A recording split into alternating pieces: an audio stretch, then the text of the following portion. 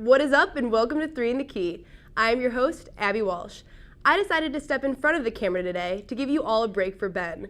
Unfortunately for the rest of us, we still have to deal with him during our debate, and he insisted on being our guest interview. But before we get to him, let me catch you up to date on what you missed.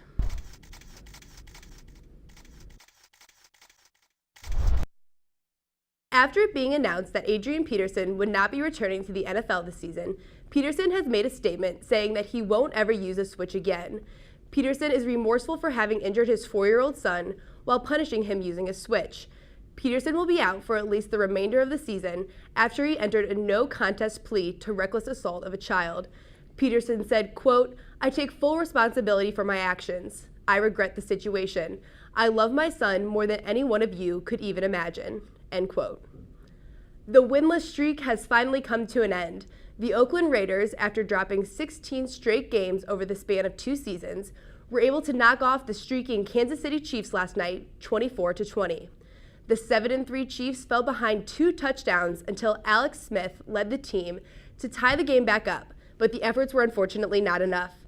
The Chiefs fall to 7-4 in the season after the loss to the league's worst team, while the Raiders were finally able to add one to the win column. In case you've missed it, Buffalo has received a lot of snow this week. With places reporting over 6 feet of snow, the NFL has been in a sticky situation this week trying to decide what to do about the Bills' home game. The league has now decided that the game will be played in the Motor City. The Sunday afternoon start has been moved to Monday night in Ford Field to accommodate for the 2 teams. The Bills had previously offered fans $10 an hour plus free tickets to the game if they cleared snow at Ralph Wilson Stadium. It proved to be an illogical task to have 70,000 plus fans driving to the stadium, so the decision was made to move the game. Now it's time for Abby's fantasy tip of the week. Make sure you check your free agents this week, as Josh Gordon of the Cleveland Browns will make his season debut on Sunday against the Atlanta Falcons. Gordon has been suspended for violating the league's drug policy after being one of the elite receivers for fantasy this past season. With this addition, also look to see the stock rise for Browns quarterback Brian Hoyer. That has been my tip of the week and also what you missed. When we return, I will sit down with the most amazing sports host ever, Ben Allen. We'll be right back.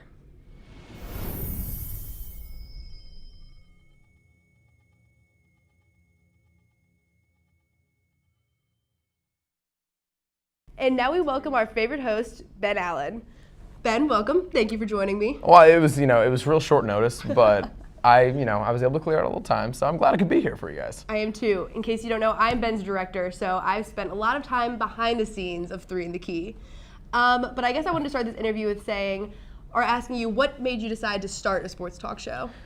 I've told the story to a lot of people. It was kind of weird how everything happened. As my freshman year, I had the opportunity to host Jayhawk Sports Report down at the KUJH studio.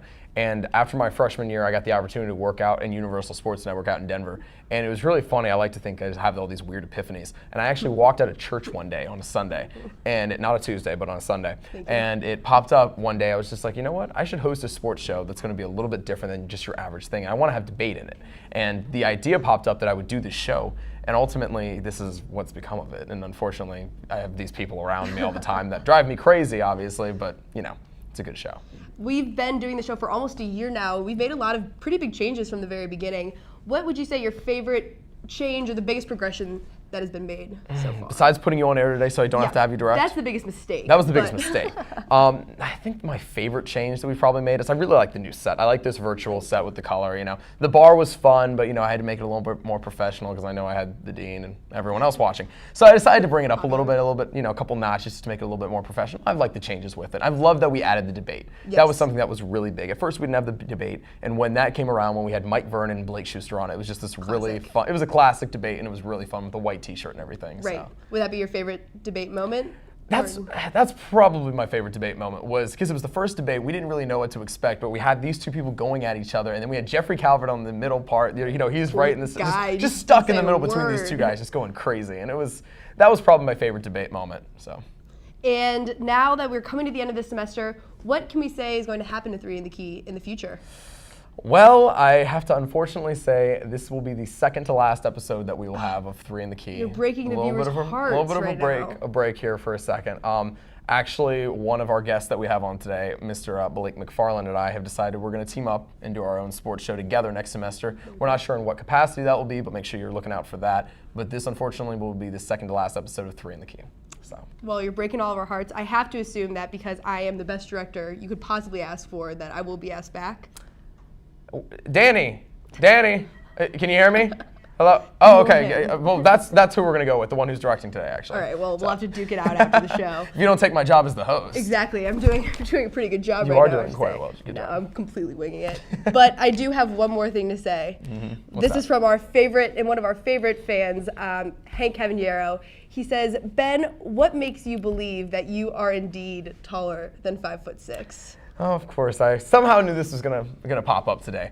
Just for the record, I'm actually listed on my driver's license as 5'10". Anyone whoever, I'm 5'10" with my helmet on and my cleats, and yeah, that's always what I push for. I always push the athletics here. With the gel in the hair, it adds a little bit there. I'm about that, but no, I'm actually not 5'6". For anyone who's curious, I'm sure Brett is probably standing in the newsroom right now, so much yelling that I'm probably 5'6", but. In all actuality, I'm actually listed at 5'8". I'm actually 5'8". 5'6", 5'8". We love him no matter what it is. Thank you for joining us and sitting down, and thank you for giving me the opportunity to be your director and steal the spotlight for a hot second today. We've loved to have you. It's been a blast. It has. Well, please join us for after the break when we return with the debate. Thanks and see you soon.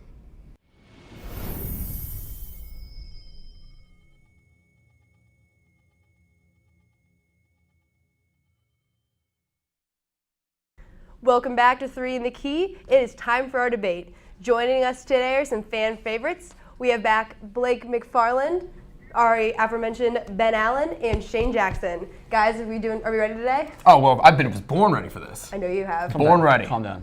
Fan favorite was closest to my name than any of your guys' names. And there's a reason for that. Well, I haven't been on yet. This is my debut. I don't care. Okay. Fair enough. I am not good. Let's do it. All right, guys, let's get started with our first question. With a victory against Iowa in a competitive game versus TCU, has Clint Bowen secured his spot as the new Jayhawks head coach? And if you don't think he is the new head coach, who should be and why? Well, I'll start this one off. I've been waiting a while to start this one off. I've got 3 words for you guys here. The University of Florida. That's 4 words. So that's mind twisting you guys now already. University of Florida. It's 3 words. The 4.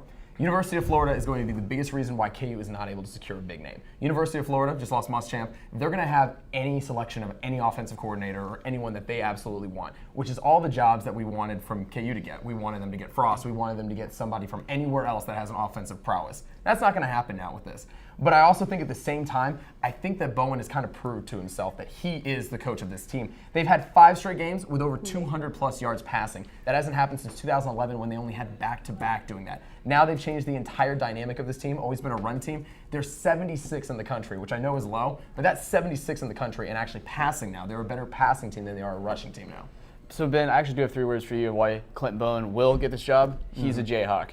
And there's no apostrophe in there to make it 3. Yep. That's the main reason. This guy, he is a Jayhawk born and through. He's from Lawrence. He's going to live in Lawrence. He's going to die in Lawrence. It's just like Roy Williams saying when he decided to go to North Carolina, he was born at Tar Heel. He lived at Tar Heel. Now he's going to die at Tar Heel. Does that make you a good coach? Here's how it makes him a good coach. Interim coaches, a lot of times, they do very well for one season because they take a team, they can rally around the interim coach, and they play really well, but they don't change quarterbacks, they don't change coordinators, they don't change anything. They pretty much just do the same thing, and they just are a little bit more motivated because all of them realizing that they basically cost one guy's job. With Clint Bowen, he has really taken over the program and shown you what he could do when he runs it. Eric Kissel to being the offensive coordinator was a huge move. That's a guy that should be at USC, but because of different reasons, is at Kansas now. Also, Michael Cummings, a guy who nobody thought was going to be the starting quarterback ever at Kansas, is now a starting quarterback that you look towards next year as being a pretty good quarterback in the Big 12. They also brought in Nigel King. The defense is the same, but the whole program it's just completely different. It's not status quo anymore with him. He's changed everything. He's a Jayhawk.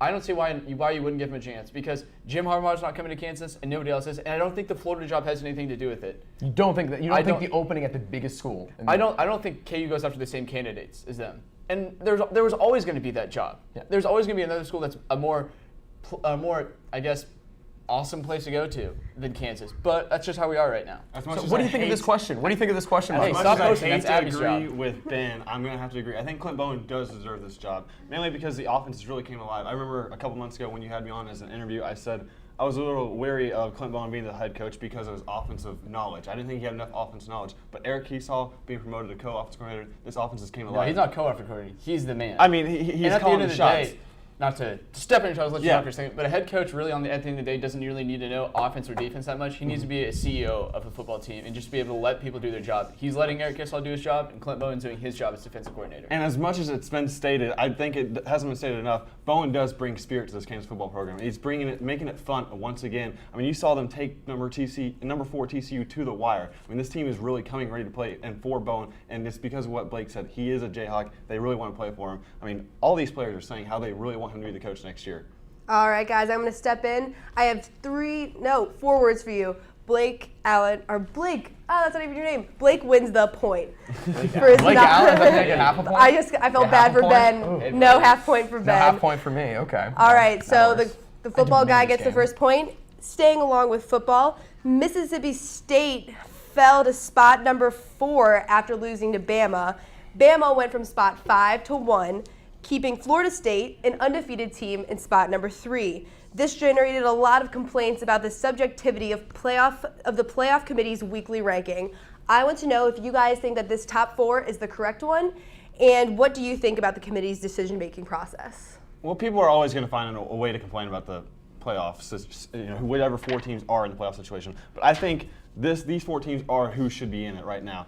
Mississippi State has played 3 top 10 teams and came away with a victory. Their only loss is against now number 1 Alabama on the road, and it was only a 5-point loss. I think these 4 teams deserve to play. Oregon's only loss is when they had injuries at the offensive line. They clearly deserve to be there. Florida State, although they are undefeated, they haven't played their best football just yet. The only thing I'm really complaining about is I don't want to see an SEC matchup in the first round. If these 2 win in the first round and meet up in the national championship game, I'm all for that. But don't match up Mississippi State and Alabama in the first round. Let Mississippi State play in Oregon or Florida State. I would say that it's right now, this is fine, but this will not be the 4 at the end of the season, so I'm not too worried about it. I think people overvalue these rankings. Honestly, God, I think that they shouldn't even say the rankings until the end of the year, because all it does is it just allows people to complain and get upset. It allows people like TCU to sit there and complain, but they're really not that good of a team. It allows Baylor to complain. It allows Auburn to complain. It allows all these people, all they're going to do is just complain about how they're not in the Final Four right now. It would be like if throughout the college basketball season, the selection committee just put out their number 1 seeds every week. There'd be a point in time in the year where KU fans just be like, we're number 1 in the Big 12 and 22-1 right now. Why aren't we a number 1 seed? And that's all it is. It's just people complaining. I'm not worried about it. But at the same time, you know what it's doing? It gives us something to debate about. It gives us something to talk about. It gets fans engaged. It gets people engaged. All it does is just give people a reason to complain. It's like politics and taxes. All you're going to do about it is complain. That's giving you something to do. But it gives us a people job. like things to do. It gives us a job. It gives me money. I don't get paid for this. I'm not worried about it. At the end of the day, Mississippi State will not make it because they're going to lose to Ole Miss. Well, I agree. I think that the top 4 right now, I know it's weird to say, I actually agree with you guys, but the top 4 as of this moment is correct. The top 4 teams, they've got it right now. I think ultimately Oregon is going to be a team that will be able to possibly move up to a number 1 team. I really like Mariota as a quarterback. Got a lot of offensive power. That team has so much offensive power. They are in Alabama. And I think Baylor is going to have a shot to move into it. And I think it depends on if Mississippi State's going to be able to beat Ole Miss. And if that happens, then Ole Miss will have a chance to step up. But I think as of right now, these teams are the right 4 teams. I mean, Florida State's the one team that you look at and say they haven't really played anyone. They have the 11th best passing attack in the league right now, but they haven't really played that one marquee team to really get anything. Here's the Florida State. You can argue with that. If they lose, that's going to hurt them big. I know they literally haven't played a ranked team that like Alabama or the SEC or even the Big 12 teams have played, but Florida State has to do something that no other team has to face.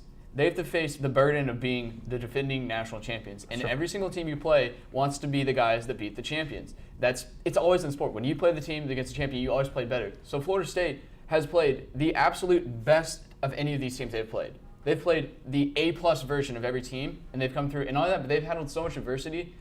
There's going to be a documentary about Florida State because all these guys have off-the-field issues. I'm not going to say that everyone or just Jameis Winston? All of them. I mean, All of them. there's players that are leaving scenes of accidents. There are guys, beating up their girlfriends. There's guys getting in car wrecks, and so you're seeing 30 for 30 with this. I'm saying there can be a 30 for 30 on it. Bill Simmons is smiling somewhere right now. Literally, yeah, because he watches this. At the end of the yes, at the end of the day, there's going to be a 30 for 30 about Florida State, and it's just going to be about how all these guys had all these off-field issues, but somehow Jimbo Fisher could just great name, throw them together. It's a great name. And when in sports have you ever punished a team for winning? I mean, why would you punish Florida State for winning a football game? They punished TCU. TCU won against Kansas, and Kansas got punished. You went to the wire with a really pathetic But they got punished. They got punished for winning. It's a double-edged sword there. It's a double-edged sword. Florida State has actually played at least quality competition, whereas Kansas... Dude, get Kansas off. is a great competition. All right, I'm going to stop you guys right there. Shane, you got the first word in and the last word, and we're going to give you the point for this question. So that puts Blake 1, Ben 0, Shane. Oh, so the game is I started the bell. Sparking a little heat Still between no these bell. guys. I made the bell. I made everything with this show. I made the bell. That's contrary to belief. I did a lot with the set, I would like to say. All right. All right, moving on to question number 3. A winless Raiders team finally got its first win last night, beating the Chiefs. At 7-4, the Chiefs joined Miami, Pittsburgh, Baltimore, Cleveland, Indianapolis, and San Diego for 4 losses.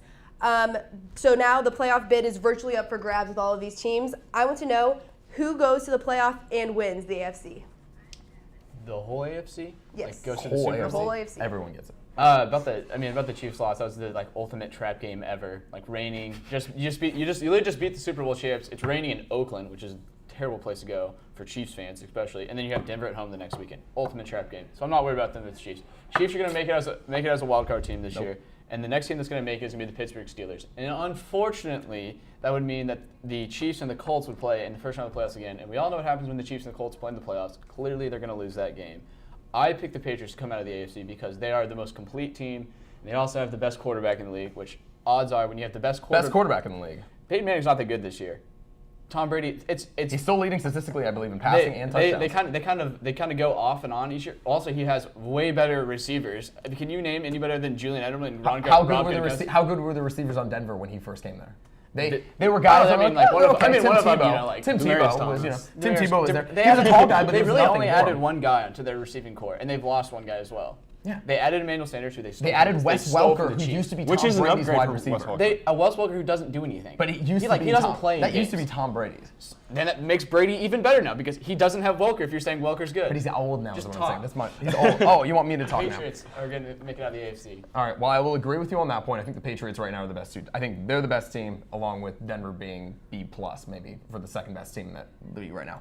AFC though, it's such a weird whole mess of a conference right now. What I've got right now is I've got the locks being for the locks for the divisions being New England, Denver, and I think Indianapolis. I think those are all going to be safe locks. Now, I'm a little bit different, I think, with who's going to be the wild cards. I don't think the Chiefs are going to win. I think the Chiefs get one more win. I think they beat Oakland, and I cannot see them winning against any of these other teams that they're playing. San Diego at home? They're going to. I think San Diego is up on the uprise right now. I don't have San Diego getting in. Right now, I have Houston. Going on the upswing right now. They played Jacksonville twice, and they still have the Tennessee Titans, which is going to make them at least 8 wins. If they can pull off one win, they're going to have 9 wins. And I believe with the tiebreaker, it would go to the Texans over the Chiefs. With the Chiefs would have to win 2 games. They would have to win 2 games, and I don't think they're not going to win 2 games. They're going to win 3 games. They're not going to win 3 games. They're going to beat the Cardinals. You think they're going to beat the Cardinals as well? They're going to beat Denver at home, San Diego, Oakland. So 3. Anyway, I think they can beat the Steelers too. I mean, they have the Steelers are going to win the division. As much as I hate to say that I don't think the Ravens are going to win, the Ravens right now are way too inconsistent for me. Ravens they got are an going to win easy the division. schedule the rest of the way. They got a favorable 5-game matchup. They more lose than to any the other Browns. playoff. They lose to the Can we Browns. get to the question? They lose to the Browns. I'm answering the question. I'm getting there. I have the Bengals winning the other wild card spot as well. So I have Bengals and Houston. Bengals have the 6-3-1 wins right now. Completely throws everything off. Those are your teams. I already did because I answered that one first because I like to go out of order to mess with your mind again. New England, remember? Said New England. I think the final spot for the AFC wild card is going to come down to 3 teams. I think it's going to be San Diego, Kansas City, and I think it's going to be Pittsburgh. And Pittsburgh has the best schedule of the 3 teams, in my opinion. San Diego has, and Pittsburgh and Kansas City plays both those teams at the end, so they do have a chance to really play their way into the playoffs. Any of these teams do. But I do agree with you. I don't think the Chiefs are going to make the playoffs. They are horrible at one of the most important positions. I think, receiving-wise, they have 0 touchdowns from the receivers, and I think that's going to hurt them. Teams can pass. Kansas City Chiefs can't. That's what takes them winning the playoffs. Alex Smith, who is your drop back, I don't feel like throwing the ball, I'll hand it off to a running back. That is literally his entire move. Here we go. They're going to figure it out at some point. He's made plenty of passing plays. The only problem, here's that stat. How many yards did he have last night? I have no idea. Probably he had like 200 yards. 200 yards. Still, that's Michael Cummings throws for more yards than he does right now. Michael Cummings he's a legend in the making. He is a legend. Anyhow, what I was going to say is that the reason the Chiefs don't have any receiving touchdowns is because their offense isn't explosive from passing. But that's why it's predictable. Here's why this offense why that stat doesn't matter. Because what happens when the Chiefs get inside the 10 and in, which most teams nowadays pass, the Chiefs have the best running back in the game. He's just going to run it in. But don't you think teams are going to catch on to that with superior defenses? It hasn't. Nobody's stopping yet. Or they're going to throw it to Travis Kelce. Who are they playing though right now? They even lost to Tennessee. They lost to Tennessee. Their 3 losses here at the 49ers, home against Tennessee, at Oakland. But they've lost to Denver too. That's their 4th loss. But you go back to it. Think about it. They beat the Patriots. They beat the Chargers. They beat the Chargers in San Diego. That was okay. I'll get that. Super Bowl champions in Arrowhead. In Arrowhead. That team can't play on the road anymore. They can play on the road. At the end of the day, when the Chiefs do not make the playoffs, they can point to 2 games: Tennessee Titans and the Oakland Raiders. Because they lost both of those games, they won't make the playoffs. Yeah, dude, the Royals weren't supposed to make the playoffs either. All right, guys. Still be fired. We got a little bit off track there. I'm not exactly sure where that ended up, but to give it to the person who answered both questions very excitedly, Ben Allen gets the point. So we are tied 1-1. Coming into our 4th question. All right, boys, let's go. After struggling against UC Santa Barbara's zone and then seeing an embarrassing blowout against Kentucky, should Jayhawk fans lower their expectations for this season? No. Stop. No expectations.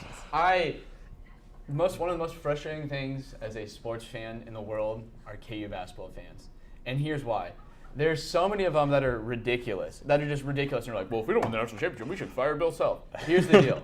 This team is so inexperienced. And that's why you should lower expectations. But here's the deal. At the end of the day, they have one of the 3 best coaches in college basketball who's done it before, who's done it with less.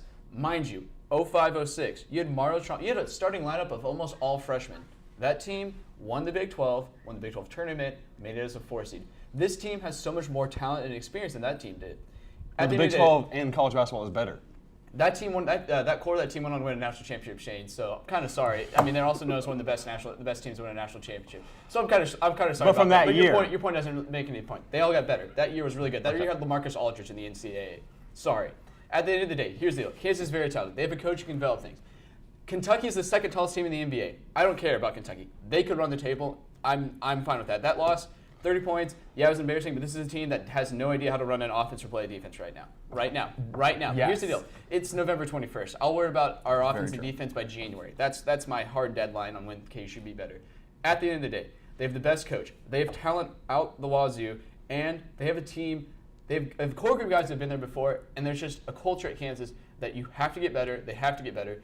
Monday when they play Ryder, it's not going to be pretty. I'll go ahead and say right now, it won't be a pretty win. But I guarantee you, when Ben and I have our nice little show next semester, we're going to be talking about a nationally ranked team competing for the Big 12 and competing for a 1 or 2 seed. End of the story. I like to dramatize things, obviously, but no, I agree. I think the team should lower the expectations, not by a lot, but I think they should lower the expectations. 4 was way too high for this team to be ranked at the beginning of the season. That's why I think that's why people need to drop the expectations. Preseason rankings are potentially. Kansas could potentially be the 5th best team in the country. But this team right now, I mean, obviously that game was one of the most atrocious games we've ever seen. But this team, you're not going to shoot 19% ever again. And I know, and they're 346, I think, right now in the all of college basketball shooting percentage. We know that's going to go up. But the team only got 7 assists, and that's the most worrisome thing for me. That happens when you don't run an offense. And that was my issue. Is I'm not sure if there's really going to be an offense run. I really do like Bill Self, but they did not run an offense last year throughout the entire year. There was no offensive plays. That team was a lot different last year. I mean, it was a lot different, but there's a lot. You had a player that didn't fit his offense. This year, you have players that fit the offense. But they also don't have an established point guard position yet, and that's a big issue. If Frank Mason's going to be the starting point guard, depending on how long Bill wants to run him. Frank Mason needs to realize that he's like you. He's not 6'8". Yeah, he's not 6'8". He's probably closer to 5'6". He plays like Ben Allen thinks Frank Mason thinks he's like 6'8". You guys should really be really good friends because we actually are really good friends. We're both he's from the Virginia area and I lived in Virginia for a bit. We hang out with Trey Songz a lot. Oh, okay. But my point I was trying to get at before you just nicely cut me off was ultimately that this team, as fans, we need to lower expectations a little bit. Realize this isn't going to be, the best team we've probably ever seen for KU, but they have potential to be very good if they build things up the right way. But as for right now, expectations, they need to be lowered. I don't think they need to lower their expectations because I think the expectations should have been low to begin with. I don't think they should have been as hyped as you just mentioned. As it is potential.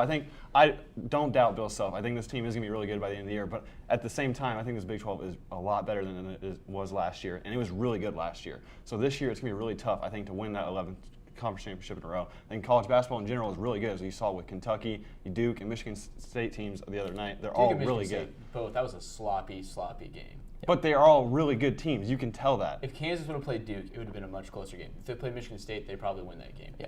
Kentucky is an anomaly this year. It's Kentucky and everyone else. I would take Kentucky versus anyone in the field right now in a bet. And at the end of the day, you have to look at Kansas. And I just keep reiterating this.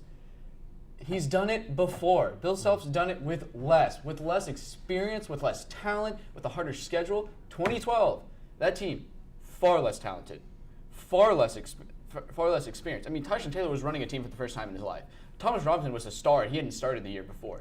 They played the toughest schedule. Mind you, we think it's tough this year, going from Kentucky, and then you have Ryder, then you go to the Old Spice Classic. They went to Maui, in arguably the best Maui field they've ever had. Should have beaten Duke in Maui. Bill Self can turn it around.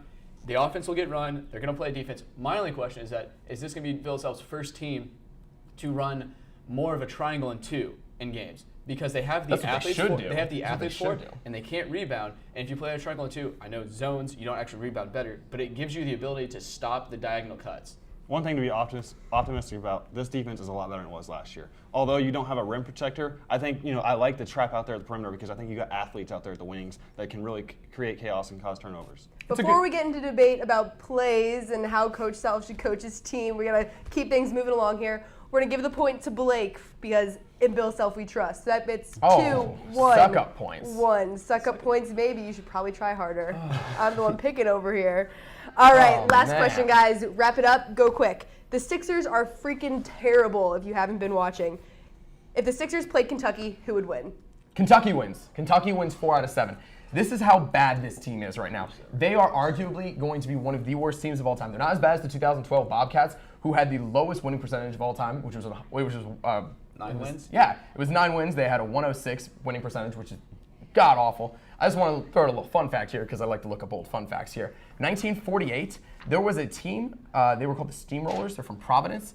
They let's get the official numbers here. They had 6 wins and 42 losses, only averaged 69 points per game, and shot 27% from the field. They're not that bad. They're really bad though. This team, they only have, let's get the exact numbers here because I want to be exactly honest here with everything.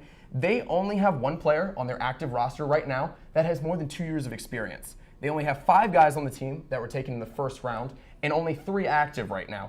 And they also only have 8 players on the entire roster, active or non-active, that were actually drafted at all. You look at Kentucky right now, they have 9 All-Americans and a ton of guys that obviously there won't be 9 guys drafted from Kentucky this year, but they all have potential to be drafted in the first round. The potential on this team is so much higher than anything in the 76ers. So, are you answering the question is 5 years from now, could the Sixers be right Kentucky? now. No, that's what I'm saying. They have right now you could put Carlstown and everyone else could go out there and they would be able to beat the 76ers. The Sixers win, and I think this is a very it's a funny question. It's a very evergreen. It's abstract. But here's at the end of the day.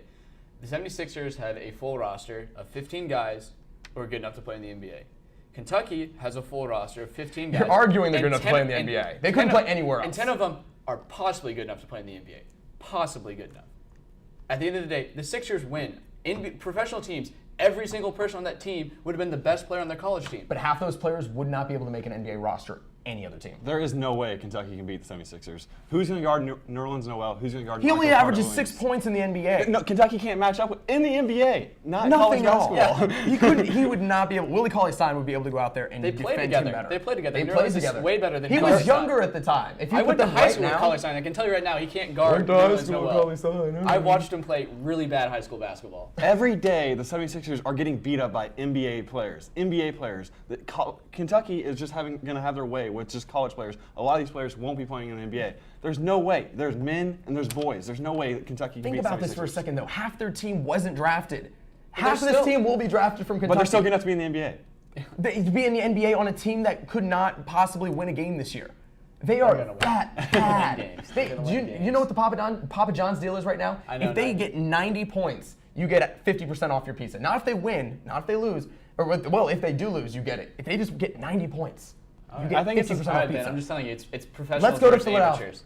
I think it's the same argument that you can make that I think Tyler Self can beat either one of us because he plays against KU basketball Tyler players Self couldn't beat every me. day. So Self couldn't beat me. the 76ers played NBA teams every single day. They're getting better And every they get single whooped day. by professional teams every single day. And sure, Kentucky could go out and play any other NBA team and probably get whooped every single day. The 76ers are basically not even an NBA team right now. They are tanking this year as hard as they can. That is why they have undrafted guys from like a year ago already starting on their team. Where you have guys that are professional athletes that were top picks in the draft that aren't going to be even the second string guys for a lot of good teams. All right, I'm going to cut you off here.